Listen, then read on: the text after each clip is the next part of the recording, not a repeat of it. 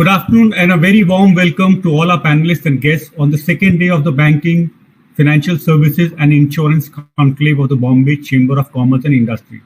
The chamber, as most of you know, is the oldest chamber in India, having completed 185 years. A special thanks to Mr. Ashit Kampani, Chair, Private Equity and Venture Capitalist Committee, and all of you who have joined us today to make this effort a success. Let me share a few words about Ashit Kampani with you, though I fully understand he knows no introduction. Mr. Kampani has spent 38 years in the capital market.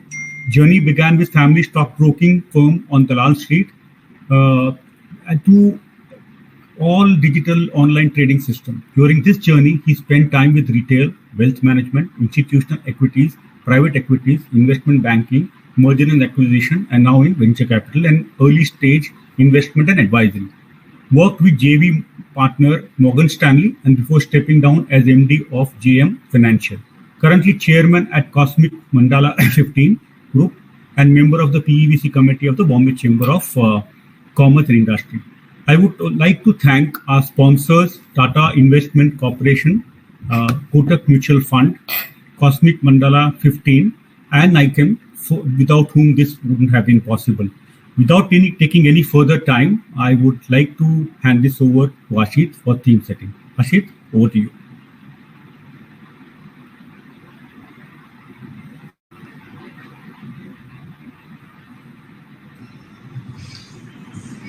Good afternoon, everyone, and welcome to the second day of the BFSI Committee Conclave organized by Bombay Chamber of Commerce and Industries. It's my pleasure to welcome all of you and also thanking all the sponsors who have been generous enough to sponsor this event and all the people who on a day 190 plus people have been participant into this event, and I'm thankful to them. I'm also looking forward to have a robust participation today into our second day's theme. Today we are going to talk about two very important aspects, insurance and lending.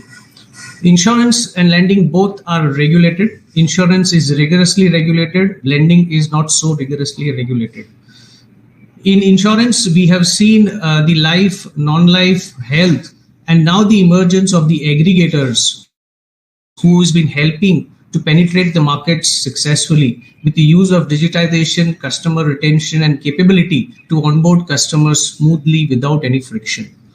We have seen the government also amending the Insurance Act to bring 74% into the insurance sector, where foreign direct investment will be encouraged to come up to 74%.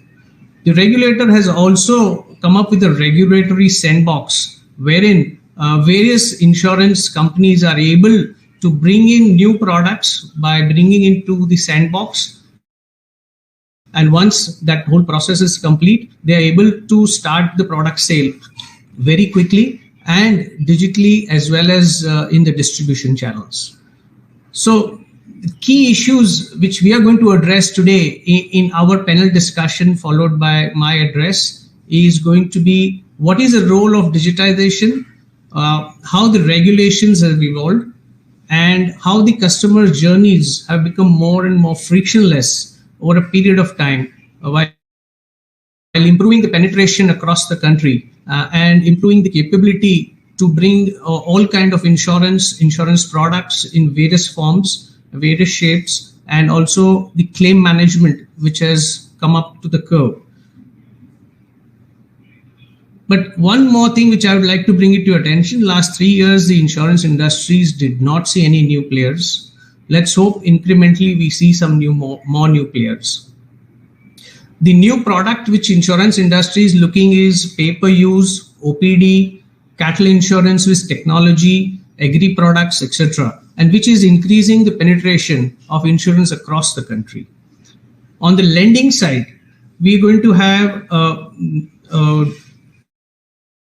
various people who are enabling technology and who are players in real estate, SME, invoice or revenue finance, personal unsecured and buy now, pay later, vehicle and consumer loans, and how frictionless the process has become, the capability to assess the eligibility of the customers, how the whole roadmap to make it happen so smoothly with digitization and alternate data from where they are able to assess the capability of a person who will be able to repay the loans. The key questions which we are going to address is going to be penetration, how quickly the people are able to avail such facilities, the landscape currently, how the landscape is, the digitization process, how quickly the process is getting digitized, because a lot of processes are at the back end consuming a lot of paperwork, and how that can be reduced. The alternate data stream allowing the underwriters or risk assessment of the people to whom it is to be lent, and how the execution process is going to become smoother, and how the customer interaction, because many a time when the loans are given, after that the lender hardly talks to the customer unless there is a default. So these are some of the aspects which are going to come in our panel discussion. So I've set the theme. Now I'm going to request the panels which is going to be coming up for the insurance to be brought on, and I'm going to request the people to come on stage. We have with us Mr. Sanjeev Jha, which is CEO of the CoverFox. We have Mr. Nitin Johnson. He's Vice President from HDFC Life. We have Mr. Sharad Dal, who is the Chief Operating Officer at Policy Bazaar. We are also having Mr. Saurabh Chatterjee, President of Bajaj Allianz General Insurance. And we have Mr. Hitesh Veera, who is a Joint President at Kotak Life. So I do see three of them. I think I'm still awaiting the other two, but in the interest of time, I will. Oh, we have Mr. Hitesh Veera as well. We're waiting for Mr. Saurabh Chatterjee. So welcome all of you. Really a pleasure to have you all here on this panel. Today's our point of discussion is going to be the new trends in the insurance, in the regulations, as well as in the digitization. We have a mix of team here. There are two from the distribution or aggregation or bringing more and more insurance policies to the issuers. We have two life insurance companies. We are waiting Mr. Saurabh Banerjee from General Insurance Company. I'm going to make a quick introduction of the people. Mr. Hitesh Veera is heading, is a joint president at Kotak Mahindra Life Insurance Company. He spent almost 25 years with the Kotak Group. He has a very rich experience working into the financial services sector. I'm going to request Mr. Hitesh Veera to say a few words about himself as an introduction, and so that I can then move to the next the panelist. Mr. Veera. Yeah, so I joined Kotak Mahindra Group as a management trainee way back in 1995, and those days it was an NBFC. 2003 it got converted into a bank. Okay, I joined the car finance division.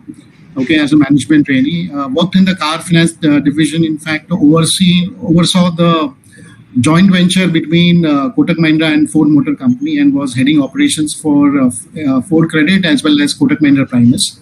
In 2007, I moved to the life insurance business, and I take care of operations, which includes underwriting, customer service, group operations, central processing center, customer service. So, have been blessed actually to be part of this financial conglomerate, and hope to have a good time here with you, all of you today. Great. Going to Sanjeev, Mr. Sanjeev Jha, can you speak about yourself, please? Thank you, Ashit, and thank you for inviting me into this panel. And I'm glad to see so many fellow practitioners here. Sharad, congratulations on your IPO planning. It's a great step towards the aggregation step. My introduction, Ashit, spent almost 20 years in financial services, which spreads across, private equity investing, early stage investing. But large part of my career has been, scaling businesses, taking it from scratch, turning around companies. CoverFox happens to be a very interesting opportunity because it all started when COVID came in, and therefore we are very, very aggressively moving towards a complete digital framework of distributing insurance in India. Thank you. Really appreciate it. Going to you, Sharad Dal, if you can introduce yourself, please. Hi, everybody. Glad to be on this panel. So I'm a newcomer to the insurance space. I see a lot of veterans in the space around me. I've been with Policybazaar for the last couple of years. I spent the early part of my career in the FMCG space with Hindustan Unilever, working in sales and marketing and the new ventures part of the business. And then made a move towards the internet side with India Times, and spent a long time in the travel space with TripAdvisor, Expedia, and then Yatra. Before making a move towards into Policybazaar a couple of years back. So absolutely look forward to the conversation. I think there's plenty that I can learn from all of you. Thank you. Thank you. Nitin, over to you. Hi, everyone. I started my career as a management consultant. I worked across two consulting firms. Then I actually ran my own firm for about a couple of years. And with that, I've been in the insurance sector for about 8 or 10 years across two companies. Right now with HDFC Life, for the last 2.5 years. And look after customer experience and improve that for HDFC Life. Yeah, that's about me. Thank you very much. It was nice to hear from yourself about you rather than somebody introducing you, because it makes life much easier for the audience to understand this better. So I'm going to put two sets of thought process here. One are generic questions, which is applicable to most of you, and some will be specific questions. When specific comes, I will bring that up as the specific questions. So I will start with the question number one, and then we'll ask all of you to get your views on it. The first question is, how is the journey evolved over last 8-10 years into the insurance industries? Mainly, you can say life. We don't have non-life here, and we have the people who are able to capture the both life, non-life, and bring them to life, non-life. So we'll start with you, Sanjeev. No, so I mean, for me, like Sharath, I'm also a newcomer to the industry, but I have seen things actually changing over the last 40 years, I would say.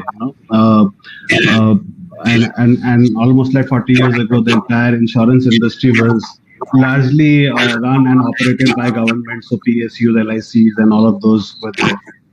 Then came a time when FDI opened up. When FDI opened up, that brought in a lot of international players doing JV in India and coming up. But in the last 10 years, I would say a lot has actually happened, and a lot of credit also actually goes to Policybazaar.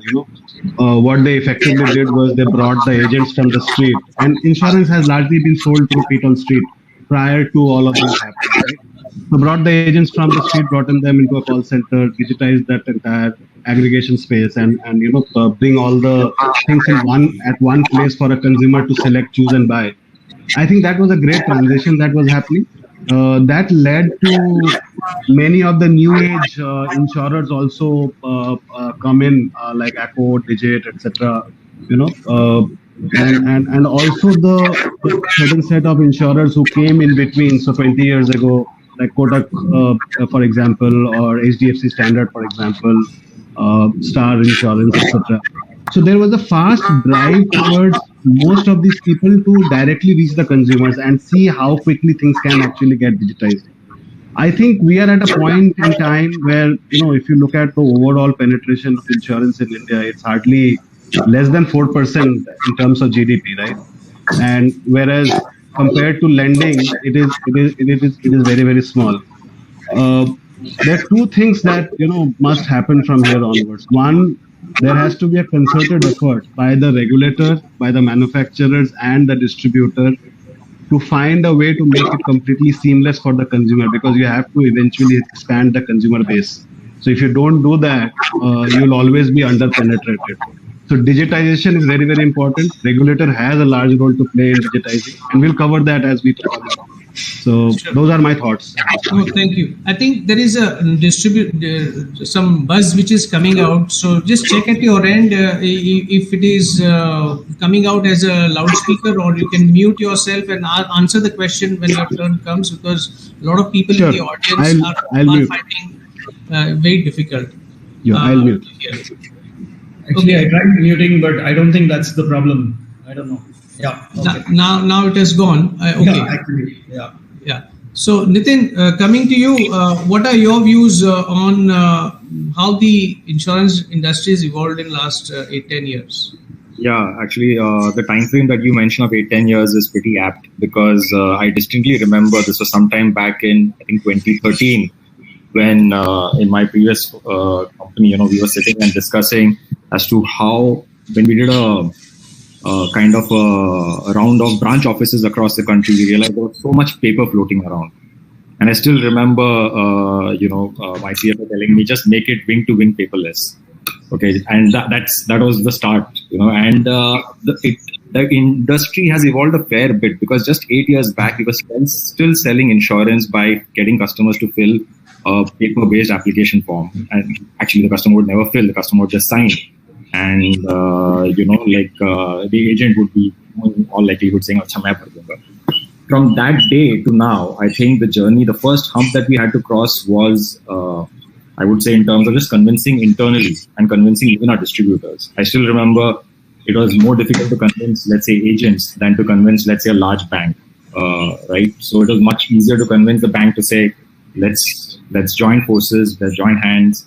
Let's have some of your data that already exists about the customer with the customer's consent flow into the proposal form, so that we don't ask the customer again, right?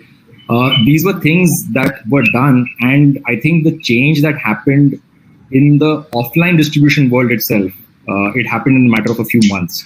Overnight, we saw a bunch of companies like an HDFC Life, an ICICI, a Max Life, overnight change from a physical paper-based application process to the digital world. This was about 8 years ago.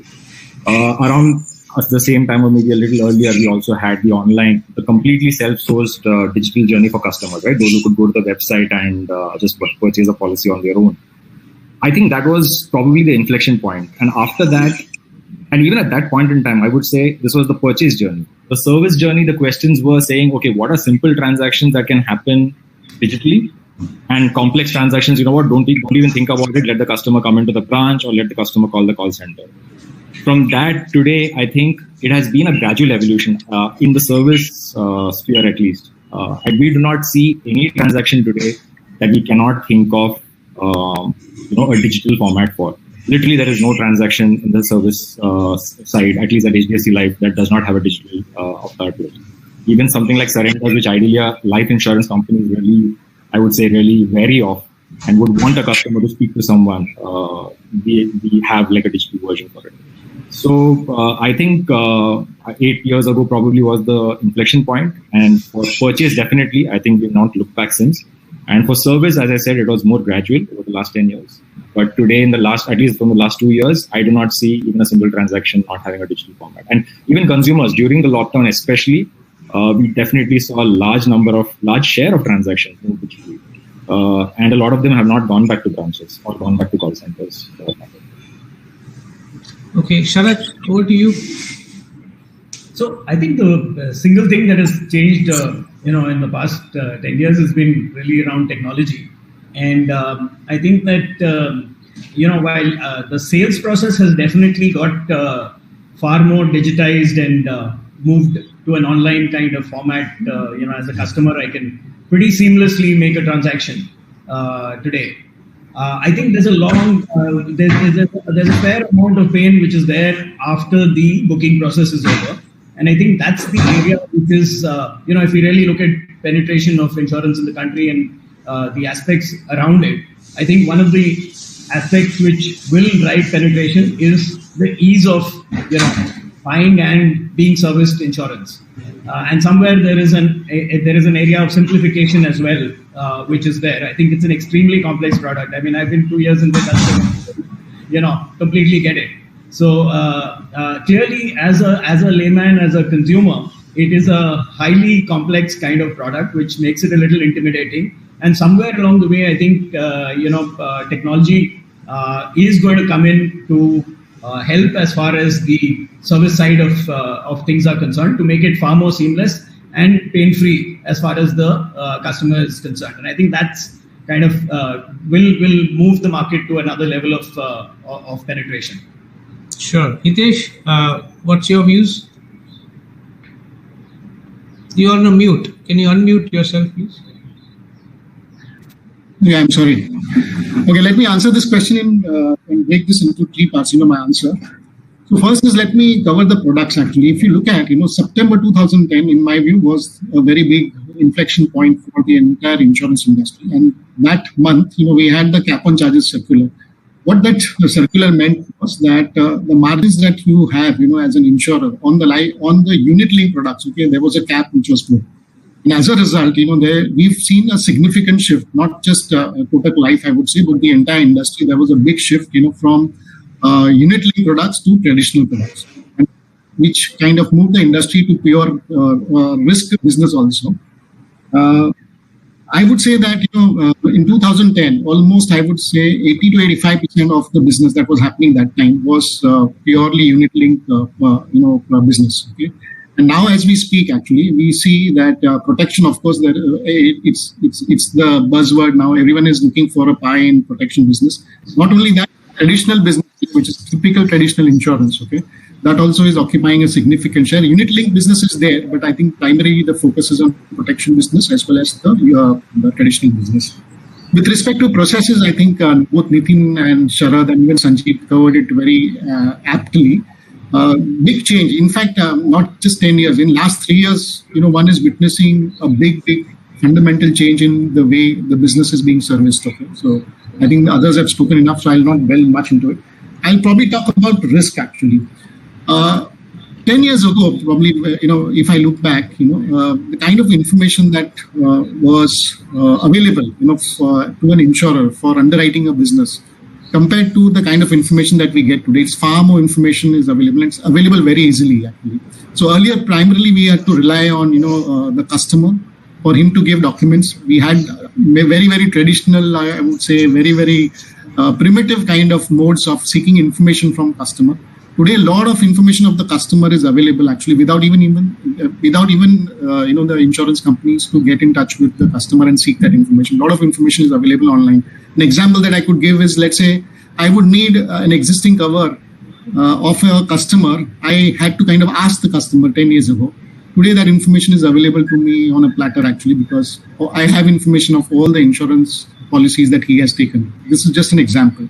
So there are many such things, which are now available, which makes underwriting not only faster, but it is also more relevant. It is also more accurate. So I would say that's the transition which has happened in about last 10 years. Thank you. I think we have Mr. Saurabh Chatterjee come on board. So Saurabh, before we ask you a question, you can briefly talk about yourself as an intro, and then I'll put a question across to you. Yeah. So very simply, sorry to be late. We had some issues in joining. But what I do is I am a practitioner. The titles don't matter end of the day. So I'm a practitioner of technology and digital. In the organization side, I look at as being the CIO, CDO, as well as so tech and digital P&L along with travel is what I look at. But at the heart of it, I'm a practitioner. I get excited by solutions, and the end user smile is what inspires me. Oh, wonderful. That's a nice introduction. The question which other panelists have answered and which I'm posing to you is, how has the journey evolved in last 8-10 years? And now the people on the other side of the panel are life insurance and the people who have been bringing business to general insurance and life insurance. But now from the general insurance aspect, if you can throw some light, how it has evolved. I see, I think I would say every year has been very interesting. COVID has been a very interesting year. Last 3 to 5 years have been very interesting, but each year is brought in changes. I will divide it into 3 parts, product, pricing and process. And I think the process part, everything has been talked about. I heard all the other gentlemen, so I won't add, much there, but I think in general, the industry still has to do around product and pricing a lot more. And what I mean by product is at least on the GI side, and even some to an extent even on the life side, the product innovation, I have seen that not happen to a large extent. I think IRDA, when they introduced the sandbox environment, there have been good applications, there have been good attempts at doing it, but fundamentally the customers are demanding more personalized products, more specific covers rather than comprehensive products. So it is very simply telematics has been there in the GI industry outside India for a while, but here we still underwrite the asset, not really the customer.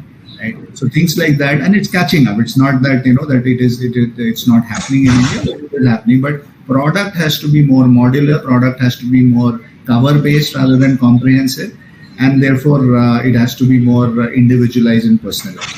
The same holds true from a pricing standpoint. See, the pricing is still, again, if I say GI, motor and health being our primary drivers on the retail side, at least on the product, it's very personalized to me as a customer, right? Has the industry reached to a point of maybe a customer CLTV kind of a model, right? No, not yet, because the churn is still there high in the industry. We keep talking about renewals in GI, persistency in LI, right? Have we really addressed that? There have been attempts last 3 years, 4 years, especially even during COVID. Very good attempts have been made in that direction, but pricing also has to move into that individually. And finally, the process, I would say a lot of work has happened there on the process side. As everyone was saying, right, things have been made simpler. The availability of data within the organization, we've more streamlined that. A lot of tech initiatives in that direction have happened. Single view of the customer. Even outside, the ecosystem has evolved, on the KYC payments, to make it, try to make it simpler and easier. And what will now, the next level of, transition that every organization is making is how to make it, more straight through, right? Are we making every retail product 100% straight through today? No. I mean, are there points where there are referrals still happening in the entire life cycle? Yes, definitely yes. So these are the kind of initiatives which will now gather steam, and the industry is moving in that direction as well. Thank you very much. I think that was really apt. My next question, which will be a general question to all of you, would be: what are the key frictions while onboarding, retaining the customer? I will start with you, Saurabh, because then we'll go in the reverse order. Sure. So as I said, right, the first thing is knowing the customer, right? The frictions are, around KYC, right? In life, it is mandatory. In GI, it is still a guideline, right? But we do that for every customer. That itself, starts from that process. In claims, we have, mandatory guidelines on beyond a certain amount and all. But do we really know the customer? The second is, when we onboard someone, as I mentioned, right, on the pricing side, do we really price the risk of that customer vis-a-vis the product, right? And that's a friction area for us on an overall standpoint. The third is, the biggest thing is the moment of truth during claims. So we introduced initiatives called Travel Easy, or the travel product, where it's an automated smart contract, where you can just take the claims. You don't even have to file a claim to take a claim, right? Or on motor claims, we have introduced app-based things where you can take pictures and automatically take approvals, amount up to a certain extent.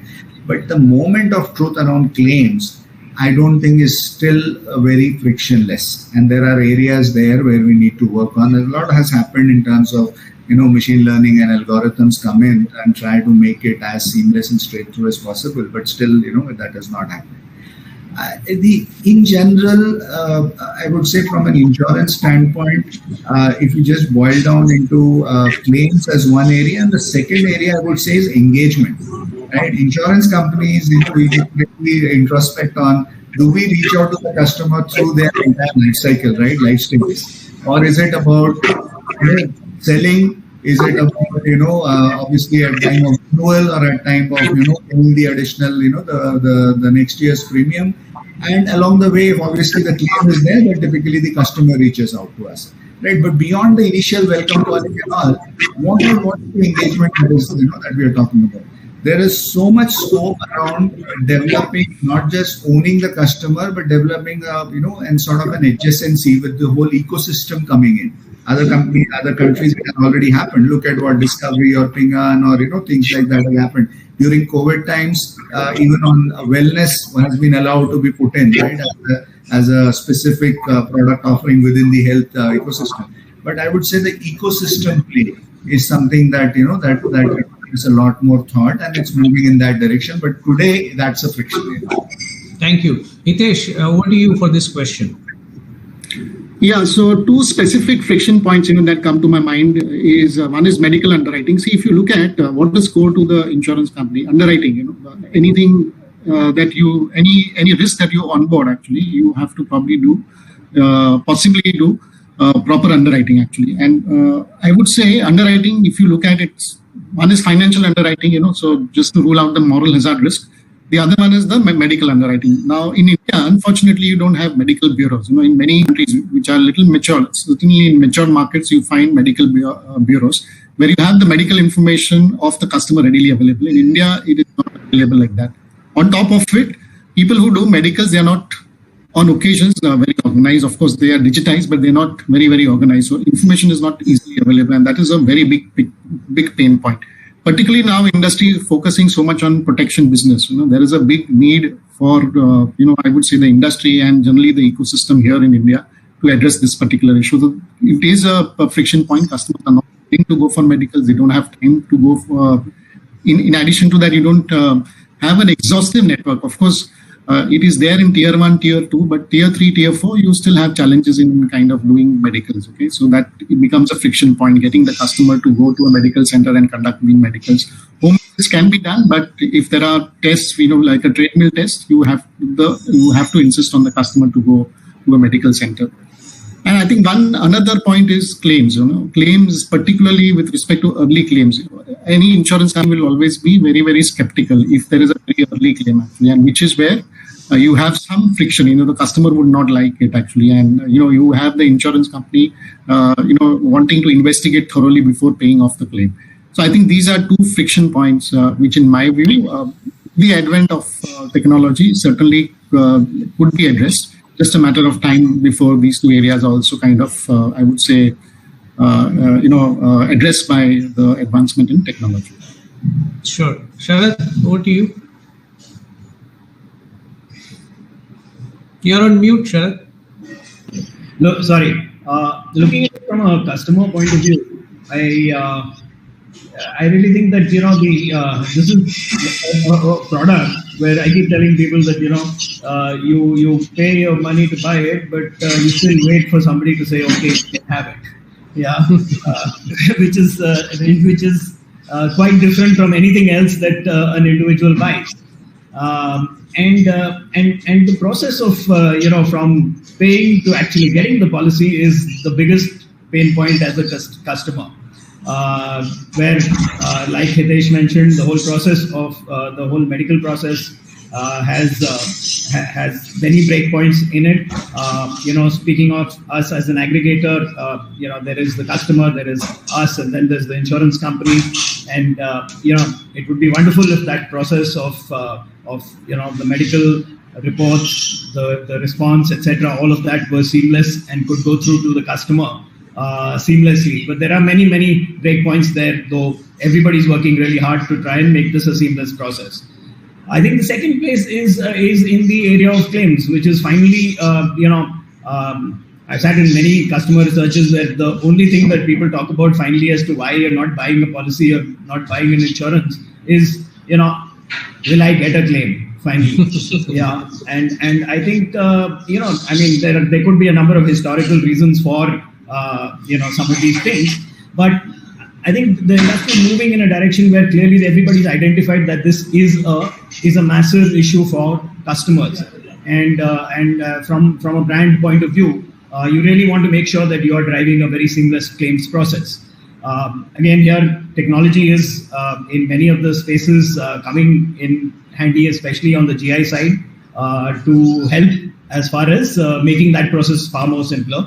But I think these are very big points of friction as far as customers are concerned. Thanks. And Nitin, over to you. Yeah, I think Hitesh and Sharad covered a fair bit of it. But if I would look at it in a particular manner, I would probably say, as the industry is moving away from its core, right? Once we go out, whether the core was, let's say, salaried customers to, let's say, now going to self-employed customers. Let's say the core was urban metro cities, tier 1 cities to now going to the hinterlands. Or even the core of, let's say, life insurance, your traditional products to, let's say, you venturing out into retirement. The industry would have solved for the core, but now you have to start solving for the outer layers. If I were to think of 2 or 3 examples, I think onboarding, both Hitesh and Sharad mentioned a fair bit, but I think I definitely completely resonate with the medical underwriting issue, right? I mean, it is something that almost all insurance companies and aggregators are grappling with. And especially once you move out of the core, that's what happens because, in upcountry locations, how do you get the customer who actually has the money to buy a high ticket policy, go to a medical center, right? This is the problem. We don't have access to medical data, NDHM will come, and when it comes, I hope, something that life insurers can leverage. It'll help us, but that is one source of friction today.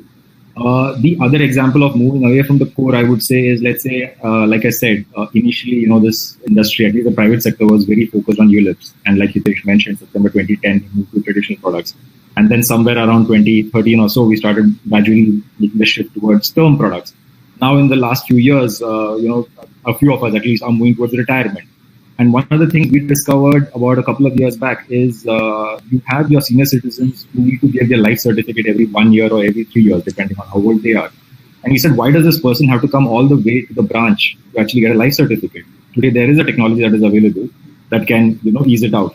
But it took us 6 months to kind of get a video-based, a simple SMS-based link. The person can open it, blink 3 times, just move your head, and the life certificate is issued. And thankfully, we got that launched just before the lockdown. But the point I'm trying to make is, as you move away from your core, you discover newer segments, and those newer segments have different needs, and that's your source of friction. And that's the challenge, and I think that's what keeps all of us going, right? I mean, like Shaz mentioned, all of us are collectively trying to solve these different problems. I think that's what it is. I think you should do it for all your policy holder to have seen you once and you see them once on the video. At least they'll feel that, okay, insurance company is interested in my well-being. Sanjeev, over to you. No, I think, Ashit, large part of the areas have already been covered by the co-panelists here. But I think there are 2 ways to look at it. One way to look at it is how you look at the industry as a whole. So there is a life and then there is non-life. Okay, and in our experience, what we have observed that the non-life products, if you are thinking from a solution point of view from a consumer, and if the consumer is coming, buying, retaining, and is always coming, so you think of a solution from that point of view.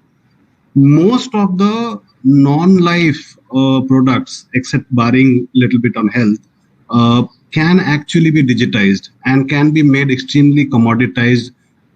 And we have seen that happening over the last 10 years. In e-commerce industry, if you look at today, I mean, we have data which says that almost 80 crores of Indian population is actually accessing in e-commerce and transacting over there. So what are they transacting? They are transacting commoditized products. So they are buying several things. In our view, non-life products, or rather general insurance products, they are commodity. You have a car, you have to have insurance. You are traveling, it is a must to have a travel insurance. Your health coverage, your basic personal accident, all of these are like commodity. As you live along, you need to have that. If you need to have that, then why to have so much of jargon in getting that purchased? And why so much of jargon even in claiming it? It should be as simple as it should be, right? So I think what we have observed that in the non-life segment, a rapid digitization for finding a solution which is consumer centric, and at the same time giving them those options to be available for them, so be around the consumer and so on and so forth.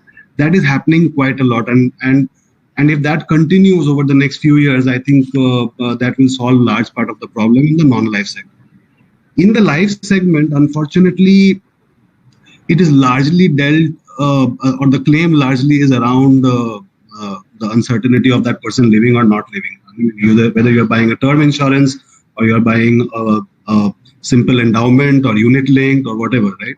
So there is a immense area of course correction out there, and maybe the way the industry has operated in the past also through agents model,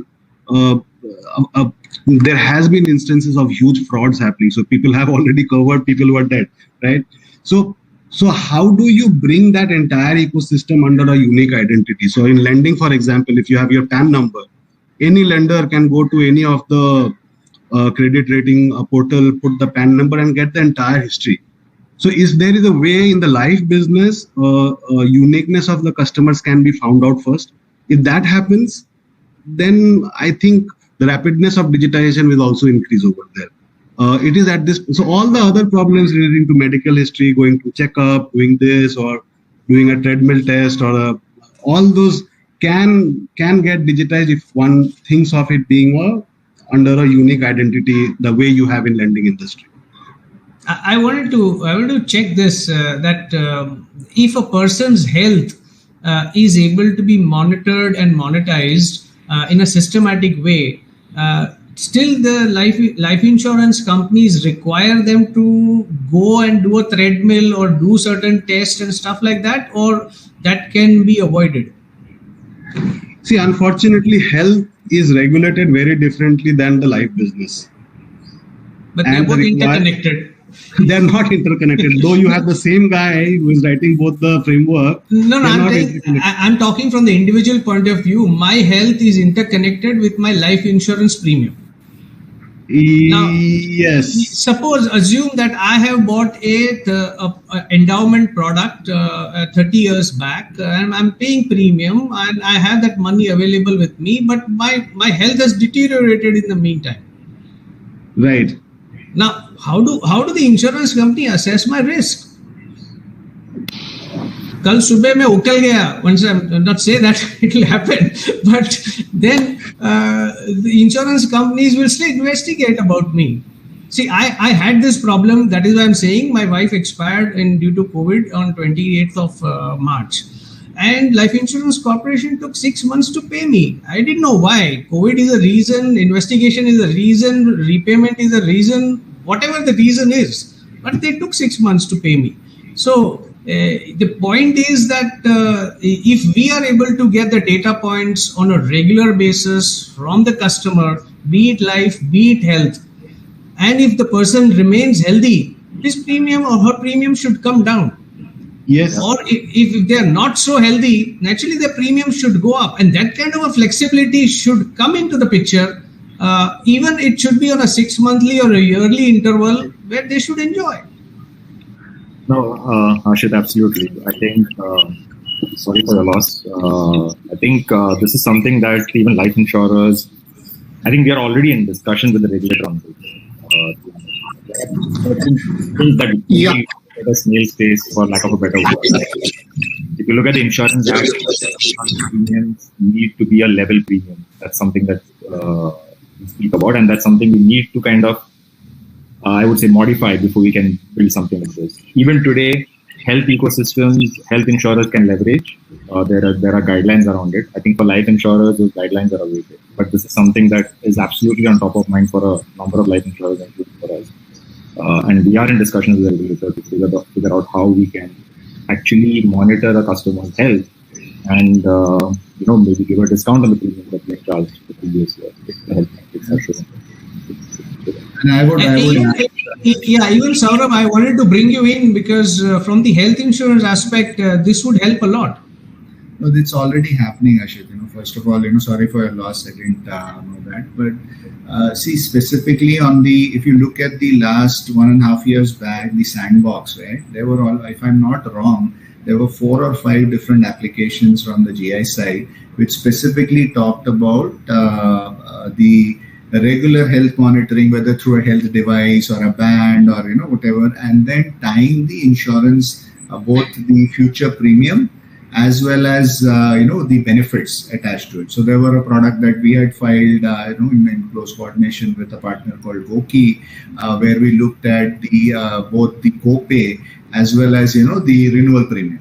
right? So we looked at copay as a percentage. And look, this is a trust. I mean, I would say beyond the tech is there, the intent is also there.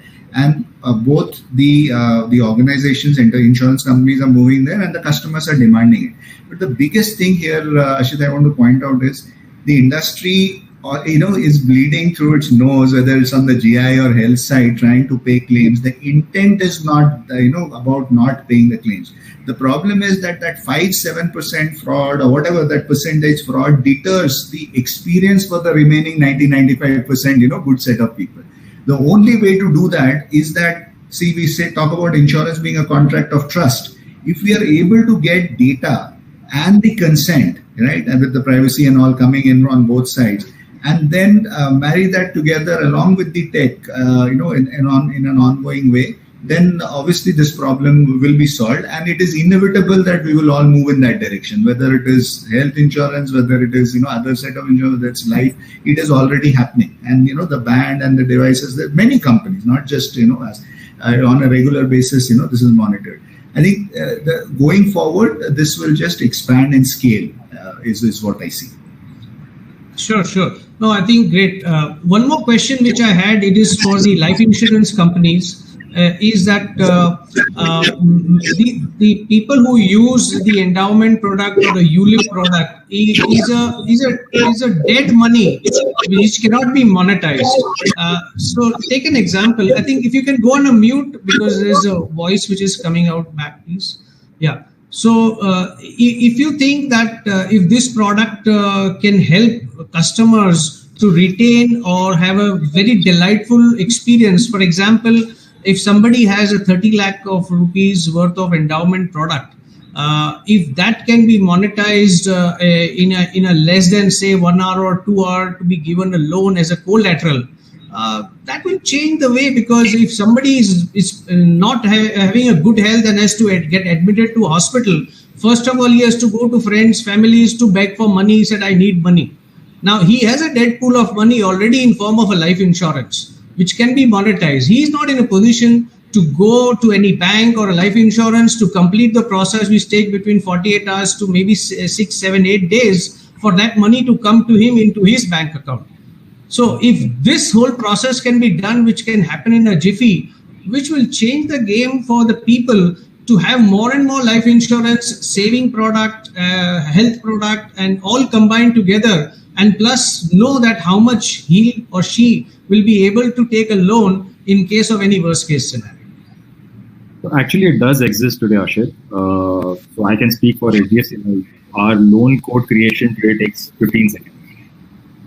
And the loan disbursal can be done online in under 2 minutes. It's just an OTP-based product. We've actually, this financial year itself, I think in the first 3-4 months, we would have disbursed over 50 odd crores of loans. Just through this. And it's actually, you actually hit the nail on the head. The COVID and the lockdown definitely increased the instance of customers wanting to kind of, tap into this pool of money that, as you said, is otherwise dead money to them. And that's why I said we don't think of service journeys anymore as saying, hey, can we digitize this? The thought is, of course, you can digitize it. How fast can you do it is the question. So this already exists. We even have it on WhatsApp, actually. Our WhatsApp bot, you can actually do this in 2 minutes. Wonderful. Hitesh, you want to add something here? Yeah, same for us, Ashit. Actually, in fact, for endowment policies, loan as a feature was available since ages, actually. So, I think probably the process has evolved. Okay, what used to probably take about maybe 4-5 days earlier, it can now just happen in a matter of few seconds. Okay, so from an insurance company's point of view, if you look at it, actually there is already a policy corpus which is available. So, if you have to lend it to the customer as a loan, the insurance companies wouldn't have a problem at all. In fact, for them, this is another way of kind of adding a feature to a policy, and therefore, and it has been there actually for quite some time. In fact, and we have a very decent loan portfolio with a very simple process. If you have a policy with us, you can always take a loan in just a matter of few hours. Money will be disbursed, and it's a very good option, as you said. Particularly in these times, where if there is a need for any urgent money, actually, you don't really have to go anywhere. Just take a loan against your policy, and the money will be there credited to your bank account in a matter of few hours. I wanted to come to Saurabh about the pay-as-you-go type of a situation. How that will change the thought process for people who can get up in the morning and think that I want to have an insurance today. So I wish that happens, right? That because as human beings we are wired. At least my belief is we are wired to think in a positive direction. So about getting up in the morning and thinking something bad is going to happen and cover me for that. I don't know whether that will happen. But what you mentioned is true. I wish if I get up in the morning and think that I want today I want a coverage for 3 things. Because guess what? I will probably take an Uber or Ola. I'm not going to drive today, right? And and I'm going to get down and have a vada pav, and then if something hits me during that time, and then maybe if I lose either my money or my wallet or anything along the way, and finally I reach office maybe a little bit delayed, then maybe I'm covered for something around that. So it's we are living now with the new consumer segment that is coming in, and as well as the existing consumer segment. People are wanting personalized products for themselves, and pay as you go is a very integral model of that, because I don't want everything all the time, and so that kind of works for each individual in a completely different way, and therefore the products are here. So I will say there are 2 versions of that product. One is that we take a comprehensive product and take out very specific benefits of it and say move it in a like a technology view, like a SaaS model, right? A subscription-based model, right? Today I want it, and therefore irrespective of whatever mode of transport I take today, whether it is my own car or my own 2-wheeler, or whether I take a public a taxi or a public vehicle, I should be covered for all the risks that is there from point A to point B. And maybe that's only 1 hour a day or 2 hours a day. I don't want it for the entire day. That is already happening and coming. In fact, some products that we launched last year during COVID time was an instant hit on the motor side, because vehicles were standing, right? Why should I pay for the entire year's premium? Because in a very simple language, आप मुझे दे दीजिए अगर चोरी हो गई, पेड़ गिर गया या मैंने किसी को मार दिया, but my vehicle is not moving. So per kilometer, trip-based kind of a model, or per kilometer-based model, right? That's already there. The second part is is very interesting. Is a set of products which is sachet coming into picture. So it's almost like I would want my mobile to be covered, right? As with a screen damage or something. I would want me, myself, my loved ones, to be covered as a sort of a package. But I get to choose what I want, how much I want, the coverage, and how long do I want. Okay? So there are 2 ways in which, and the partnerships that insurance companies are having on their own digital platforms, as well as with the both the horizontal and the vertical e-com players, that's really out there. It's already caught up, right? We ourselves are with many e-com players. But a combination of these 2 is now making the customer, want and demand, sort of an on-demand kind of an insurance. And technology for there is all out there. I would say the biggest thing here is what we have when we launched telematics and when we launched some of the other pay-as-you-go consumer products. What we saw is it ultimately comes down to the trust that the customer has in continuing to share data. Because data monetization is, the question is that if the customer is sharing data, insurance companies obviously will keep it in confidence, but will use that to give something back. But are we giving back it, in a 12 months time, 24 months time, or is it instant gratification? That is something, still to be, solved, because unless it's instant gratification, a large volume may or may not, adapt themselves to those kind of models is what I see. No, good. Now, I wanted to extend that question to Sharath and Sanjeev, because this is something like make your insurance, like make your own pizza type. What are the toppings you want? Here, you buy a health insurance, and with whatever you want, or you buy a car insurance or home insurance from the GI product point of view, and how you will position yourself in front of customer, that how can you buy or make your own insurance and buy it. Okay. Yes, Sharath, please go ahead. Yeah, so I think this is exactly what you said about it being something like a make your own pizza kind of scene, where on a digital journey, I think that it is fairly possible for the customer to add on things. I think the complication comes in terms of the complexity which is there around each one of these different add-ons, etc. I think this kind of approach works well in a fairly simple product kind of situation, like the motor piece, for example. If I know that I'm working from home for the next 3 months, I mean, I don't really probably just need my car on the weekend. Then why am I paying the whole lot of premium? So I can probably choose a product which is a weekend only product, for example. Or so things like that, where it is fairly simple and easy for the user to make their choices in terms of add-on features. I think for example, on the health side, things like riders, etc., it becomes fairly complex, and that's why we find that very, very few people actually unassisted are able to make decisions on some of these things. Yeah, just bringing on that health side and unassisted, the most of the insurance today is IPD. It means you have to get admitted either to a clinic or to a hospital to claim it. There are very limited products which are available for the OPD. So I'm going to come back to Saurabh, but I will take Sanjeev's view on the IPD versus OPD. I think OPD products is a must. I don't know, and I have not been on the manufacturing side before, but I had evaluated a company which was trying to design a OPD product in the past. I think it's a must. It's a product which should become a simple commodity product which can be bought by anyone and everyone. So I cannot comment whether the insurers or the regulator how they think about it, and if there any product that exists today or not. But Ashit, if you allow me, I'll come back to the previous question which yes, please put across, and Sarath. See, SKUs is possible. I mean, if you think of this business as an e-commerce business, you go to Amazon.com, right, and you suddenly want to buy a laptop.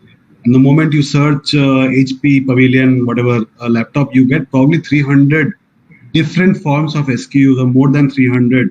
And you choose plug and play, and you decide, yahi mujhe kharidna hai, and you move out. For e-commerce companies like Coverfox.com, we actually do that today. And you want to come and buy your health coverage as well as your car, and your overall insurance budget that you have. We'll help you. But we are already designing those products for segments of people who wants to create a package for themselves. But it is possible only on general, not in life. We don't know whether NSTP on health can be possible or not. But some part of STP can be possible. So we are already gravitating towards that.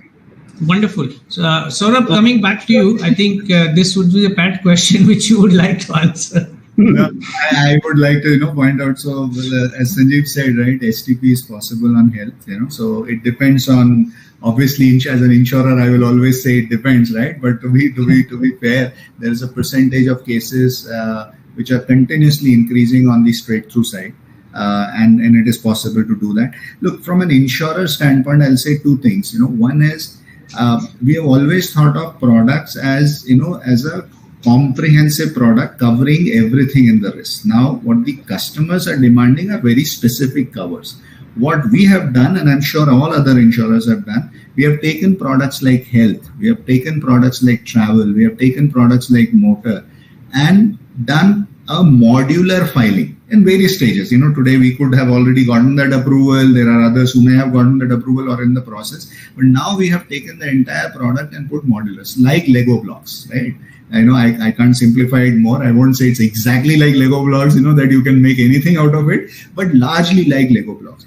These modular products is the need of the hour. And as these, the filing and the entire approval process has come for some of these are getting launched by various insurers.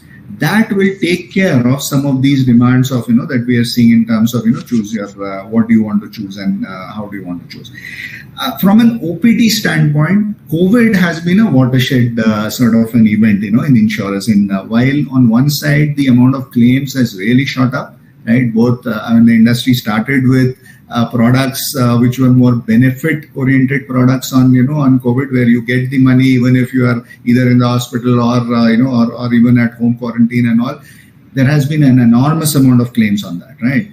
Even on the indemnity side, the claims have shot through the roof.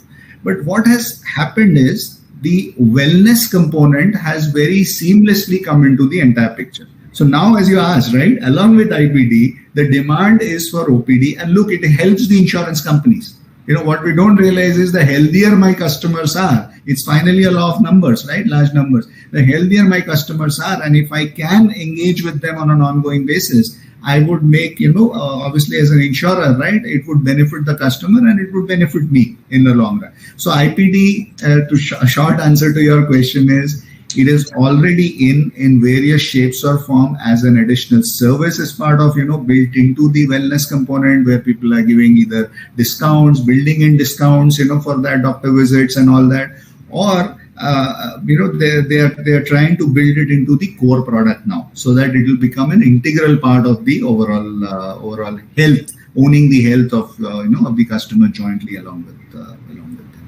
Thank you. I wanted to extend this health question to the life team as well, because many a time we have seen that there are life product which also has an add-on health covered into their insurance. How the life team takes care of the health side of a situation if there are claims pertaining to health or disability or accident which is covered into the life of a person, how it is taken care. Nitin, you can take the question, please. Yeah. So Ashit, the situation has changed from the time, let's say, indemnity was disallowed for life insurers, right? Now the only health products that life insurers sell are fixed benefit health products. But I can give you some sense of how, let's say, when a claim comes in for a health policy that the life insurer may have sold, we do have a separate team that assesses, because these are generally more frequent claims and the ticket size is different. The expectation of the speed of response is different. So there is a dedicated team that manages, let's say, the health claims, whether it is, IPD kind of hospitalization expenses and so on. But to be honest, right now for life insurers, the quantum of new business is absolutely much, much lower. And even health claims is more mainly from the older portfolio that used to be of the indemnity products from the time when we were allowed to sell that. Not anymore. Okay. We would like to sell more, but not anymore. No, understood. I'm coming on the regulation now. So would love to have a view on a 74% foreign ownership, that is, which has just come in by the government, and also on a sandbox situation where the regulator is encouraging people to file new product and start selling them as well. So we'll take the first question on 74% first. What would be the view of both life and general? And then we'll take from the people who are the distribution side. So Nitin, you can start, please. I think we have lost Hitesh on the screen due to whatever. No, I think my view remains positive on any increase in the FDI, because it just means more investors and more, I would say, it is more, I wouldn't say as much of more expertise coming into the market, but because we do have a fair number of joint ventures, the life insurers, a number of global players. But I think increase in FDI is definitely a step in the positive direction. There's really little to complain about on that front. Sure. Saurabh? I would agree with Nitin, more the merrier, given our insurance penetration in the country. We can do a lot more, so I would. I agree with your view, more the merrier, but last 3 years, the IRDA has put a lid on new names, so only the existing people will have to work on it. I know you'll not comment. I'll not take your answer for that. Okay, Sharad, your views. Yeah, I think I completely agree with both Nitin and Saurabh that it's excellent for the industry. More investment and definitely when considering where we stand as far as penetration is concerned, I think there's a lot that still is waiting to be done in the sector. So it would definitely help if there are more funds backing the sector as a whole. Definitely. Understood. Sanjeev, you have any views? No, I mean, you agree unanimously that more the merrier. Yeah. This is underpenetrated. Bring more money. Yes. Okay. The next question is going to be on the sandbox. That regulator is encouraging people to file products in the sandbox and take it faster to the market. I'll start with Hitesh. You have any views, Hitesh? No, I think this move is definitely appreciated by all the insurance companies. See, particularly if I talk of life insurance, industry, the product is a essentially long-term product. And now with the advent of technology, you have scope for a lot of innovation. Now, today what happens, anytime you want to launch a product, right? You have to take a permission, you have to file the product with the regulator, and then only you can launch a product. And changes to the product are not allowed unless and until you go to the regulator. Now, as we see, there are a lot of areas where there is a scope for bringing in some kind of customization. And I think somewhere at the beginning of the session, Asit, you did mention about there being a need of a customized product. You let the customer design the product. Why should we offer only a templated product? Now, these kind of things certainly the market would want. Another example, another discussion that we had was, variables-based data and basis of which you can, offer insurance products. Certainly the need of the hour. Today, that a lot of data can be available. For example, somebody wears a Fitbit actually, and, I know that, he's a pretty healthy person, has a very good healthy lifestyle. Google, for example, has tons of information, where have you been actually in the last week or last, previous day actually. Did you visit any chemist shop? Did you visit any doctor? All that information is very readily available. I think it's just a matter of time that, all this information probably comes through a little organized ecosystem, and that can be used to offer customized products to customers. That makes the offering very, very interesting. And that can happen only when you have an environment where there is an encouragement for experimenting. And I'm sure the regulator probably is aware of it. Okay, and sandbox regulation is one such step. I think over a period of time, people will be a little bit more bolder, not only in terms of kind of offering more relaxations for experiments, but I think even insurers or the manufacturers, they'll be a little more open, to kind of experiment, use these regulations and come up with products which are not only innovative, but I would say something that probably the customers would also appreciate in a big way. Nitin, you have some thoughts? Yeah. So I think we've seen a couple of rounds of the regulatory sandbox, at least in both life as well as general insurance space. And we've seen decent participation, I would say, at least more and more, I would say most of the larger players definitely did send in a bunch of their ideas. From a life insurance perspective, at least I would say our learning has been that what Hitesh said, right? Given that it's a long-term product, some of the requirements that, first of all, I should say that the regulatory sandbox is designed keeping in mind most of the global best practices. So that I think the regulator has ensured that. So that's a very good step. But still for life insurance, I think, when you say that you need to now launch it, run it for 6 months, and, maybe have a maximum cap of, let's say, 10,000 customers or so. And if those customers now want to reverse it, you should have a provision for that. I think this gets a bit complex when you design a product like life insurance, right? So that is something that we have to do maybe a few more rounds before we kind of figure out what Hitesh said. We'll have to refine our ways of saying, okay, this is our risk appetite as an insurer, and this is the financial quantum that we are willing to put at risk in order to test some new ideas in the regulatory sandbox. Likewise, the regulator too will probably over a period of time realize that yes, the insurers are also responsible financial institutions and will not necessarily come up with ideas that are like, so there will be a bit more of leeway at both ends, which will help develop it. I think for now, I think the 2 rounds have been a good start, but I think more can be done. So, Saurabh, before you start, I think you did mention Ping An and Discovery, and those were very 2 good examples who have come into the life cycle of a person from wellness point of view, as well as measuring their capabilities, that what they can choose, what they can buy, and how they can lead their life.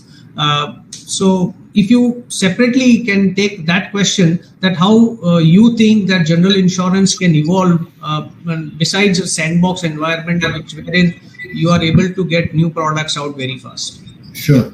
So let me just start with the sandbox. I think I personally believe, at least for the GI industry, it is a fantastic step that the regulator has taken, primarily because of 2 reasons. See, one is sandbox. You can test out a lot of ideas which we were earlier maybe afraid of, right, in terms of launching at full scale. Given that it's a regulatory environment, regulator always has to think about the policyholder, and there will always be that friction, in terms of us not wanting the risk beyond this. So in a sandbox environment with a very clear sort of boundaries, I think it's a very good step in the right direction to try and test out new ideas. The second is, and I said this before, insurance companies, if we have to learn from consumer internet, what is happening on the consumer internet side, collaboration and ecosystem plays the need of the hour, right? And this provided us that opportunity. Look, some of the ideas were our ideas, right? In all cases, and when I speak, if I can take the liberty of speaking for everyone, right, on the GI side or even on the LI, one is our set of ideas, right, which we were either afraid of or whether they'll work or not. So it provided that playground. The second is, it also opened the field for collaborating, right, with distributors. There are 2, great distributors on, platforms on the call. But even beyond that, product companies, fintechs, right, this is all coming in, and jointly you can submit an idea, right, which also was a step in the right direction.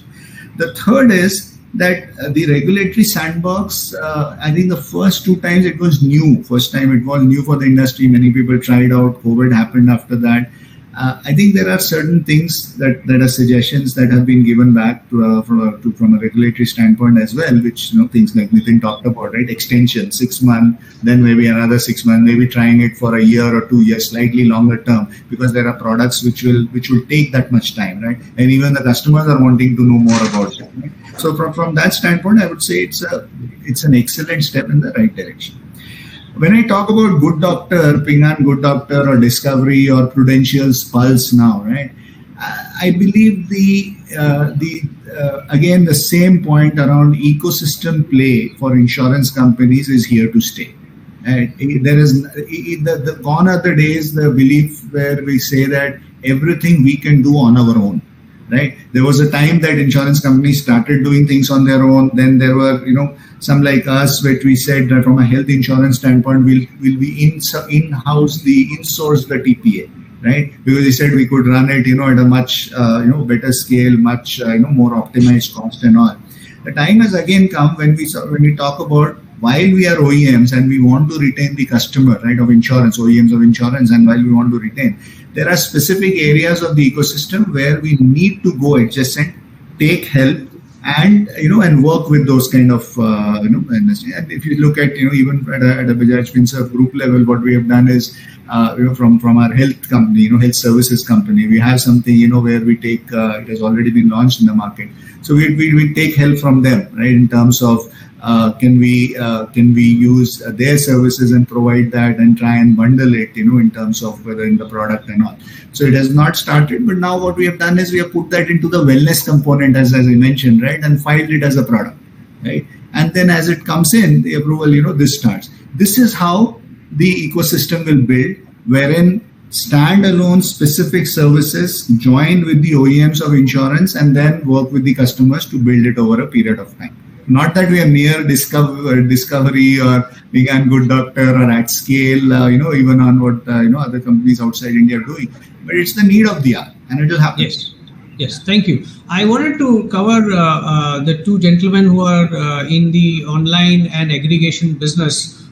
Yesterday's conversation in the second panel, one of the gentlemen mentioned that there are InsurTech APIs which are available, which allows the person to choose 3, 4, 5 different issuers of health, travel, general insurance type of products, club it into one and offer it to the customer. Is that possible? Yes. Okay, Sanjeev. Yeah, it is possible. So you buy an auto insurance of ACO and you club it with a third-party insurance of somebody else. You club it with. So it is already happening.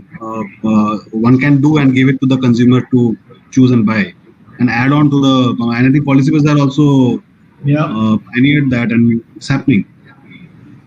So, is there a traction happening in that as a product, or it is you have to make it move? Means there is effort which goes in to educate people that you have 4 or 5 things available, you can mix match it and you can buy it. Yeah, no, I think the major thing that is important to understand, Ashit, see, I mean, to a large extent, Saurav captured it what he was saying. But let us look at it from 2 different points of view, right? So not points of view, 2 different aspects. So one aspect is there is a product that is getting manufactured. So there are life insurers and general insurers who are effectively designing products to the consumer satisfaction and the needs, requirements, etc., etc. And then they are also trying to distribute themselves or through aggregators like us, Policybazaar, CoverFox, Turtlemint. There are probably 20s of them now. So this is one aspect, right? The other aspect is if you look at the way internet commerce has expanded in India, right? I mean, you have Amazon, you have Flipkart, you have hundreds of e-commerce companies, right? And there are hundreds of other digital distributors. So in used car business, you have Cars24, you have Cars Dekho, you have all those hundreds who are also digitally distributing. So what it means is there are so many digital footprints that are there available in India, right?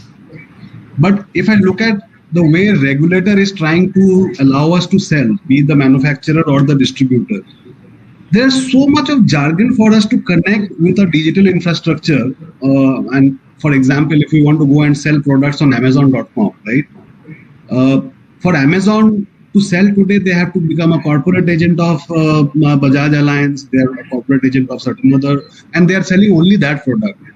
But if a regulator allows us, Policybazaar, us, Turtlemint, and so many, to connect with API with them, we are connected with all these 50 insurers today in the country, right? So our ability and the outreach will suddenly explode over the roof. I think that transition in regulatory environment beyond a product sandbox is required.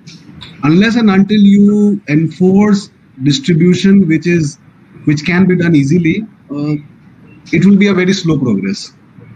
So this is a good point which you made, which needs to go as a product which can come not from the manufacturer, but it can come from the distributor into the sandbox. And more particularly brokers. Yes. Saying that we are connected to all ecosystem, allow us to package it the way customer wants it, and then we can serve it to them. Yeah, allow us to first partner, integrate with other digital e-commerce players, and allow us to design product based on the requirement. Because see, our view of the consumers is so much. Every month, I can give you CoverFox data. Every month we see almost 4 million consumers walking and searching various kinds of insurance products.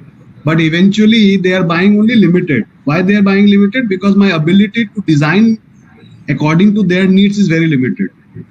The moment my ability to design according to their needs increases, which is now not our job, it's effectively the manufacturer and the regulator's job, the distribution will increase. You will be covering. You are absolutely right. I think on this count, the OEMs and the distributors and the brokers should go with one voice to the regulator and say that how can we increase the number of people using the product with mix and match? That means the reach on one side, and the other side, the business and underwriting undertaken by the manufacturers, which can go. Sir, yes. You want to add something here? Yeah, just wanted to add something from a data and sandbox point of view, and I think Saurabh did mention a bit about it. That one of the things that sandbox I think has helped and initiated, apart from of course, unleashing the whole area of making it easier as far as innovation and everything is concerned, is also this ability for us, for example, to collaborate with some of the OEMs, because like Sanjeev was saying, there's a lot of data, and we do a lot of analytics on our data to actually go back to the insurers with specific product needs, to try and personalize products for a particular segment, and that's been really a very, very positive fallout of the of the sandbox, of the whole sandbox thing, and we've actually been able to launch a few products based on some of these things and experimenting with those. So I think that definitely the ability to look at data and look at more personalized products and pricing for particular segments, because again, the whole conversation earlier about pricing the risk rather than the asset and things like that. I think there's a lot of stuff that is there that has opened up because of the sandbox pieces, and I think it's. Like Nitin mentioned, definitely, we look forward to that being opened up to, make it easier to allow, far more innovation in this entire space. No, I think, thank you very much. This has been a very, very vigorous and encouraging communication, discussions, and bringing out thoughts. The key takeaway here is that the frictions are going down, customer delights are going up, but we still need enough variation in the product mix, and capability of people to choose the products what they want. And rightly said by Saurabh that the comprehensive product seems to be moving out as a dinosaur, and various sachets of the products which are coming in, which people can mix, pick and choose. On the same time, on servicing, on claims have started improving. I'm not sure about life, because life is a very different game, but at least the general health and various other things. And there is a very increased capability of bringing out the OPD products, which is required in the health side, whereas in the general side, pay-to-use products which are coming in. Whereas on the life side, the evolution of slightly better mature product with knowing person's health keeping will improve the capability of reduction in the premium, while giving them some bonus that you remain healthy. And that data communication which is very important, and the data exchange, how effectively we can bring in the data exchange and ability to measure the data will change the whole game. So I would like to sum up by thanking all of you being on this panel. It has been a very encouraging discussion, and really appreciate for your time. Thank you very much. Thank you.